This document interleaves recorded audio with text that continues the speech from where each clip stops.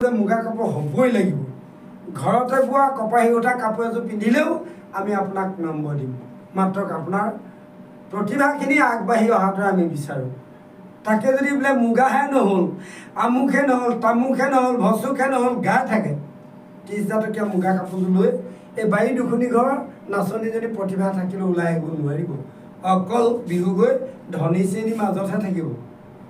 আমাৰ মধ্যবিত্ত শ্ৰেণীৰ মাজলৈ অলপ আহিব নিম্নবিত্ত শ্ৰেণীৰ মাজত বিহু নাথাকিবই নিশ্চয় সেইকাৰণে এতিয়া আমাৰ কি হৈছে